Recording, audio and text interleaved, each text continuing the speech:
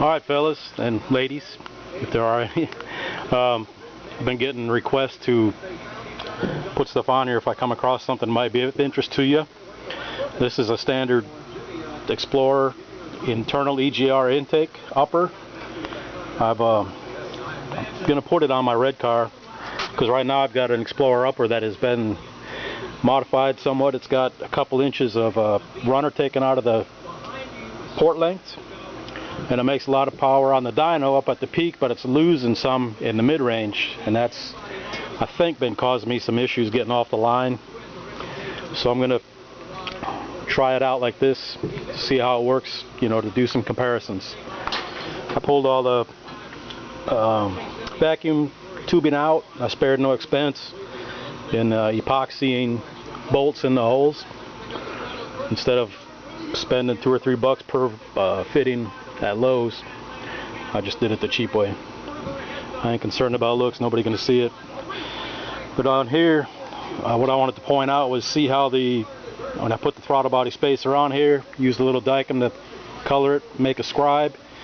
You can see how the throttle body spacer, if you just were to open it up, it's not centered, so you got to pay attention, make sure you get it centered, otherwise you'll have a ledge, you know, where your airflow could hit.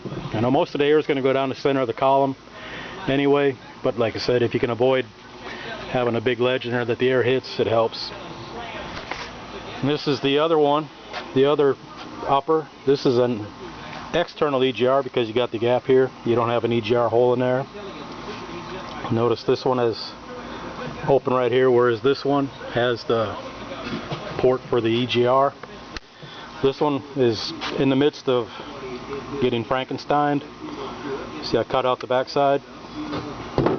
You can use a circular saw with a wood blade on there. I wouldn't recommend doing that at home. Make sure you hire a trained professional. And if you look through here, you can see, you know, the castings for the screws that go down through there. We don't need them. All that stuff's coming out. This is going to get opened up, and the ports are going to be, you know, enlarged a little bit. There's not a lot of room to make them a whole lot bigger. We'll work on the entry here, and on the back side where the when the air comes into the plenum, we'll put something in there to help the air turn, because the air comes down through the middle here and then it goes to either side. And somebody's been in here already on this one. I got both of these actually from a guy in Panama City who subscribed to Rod's channel, and he got in touch with me. I traded him the wheels off the Dugan wagon for these two upper and lowers, and that's also 80mm throttle body. I know 80's way too huge to use on a street car, but I have it laying around, so I'm going to use it. This is the TFSR upper, box upper from my son's car. I ported it a while ago. He's been running it, but we've been getting oil into a couple of cylinders, into the back tube, and number 2 up here. Been getting oil in the cylinders. It's sucking in here, so we're going to put a fitting into this hole, try to get so that, you know, if there's any oil in here, it won't run back down into the, or in here, it gets sucked up into the cylinders. So that's about it for now. Again, if I come across something, I'll post it up here. The upper I did for the van, Rod kept the stock runner length, but just opened it up in the back, you know, all the way through. Rod could probably chime in on how much it improved it, but it was noticeable.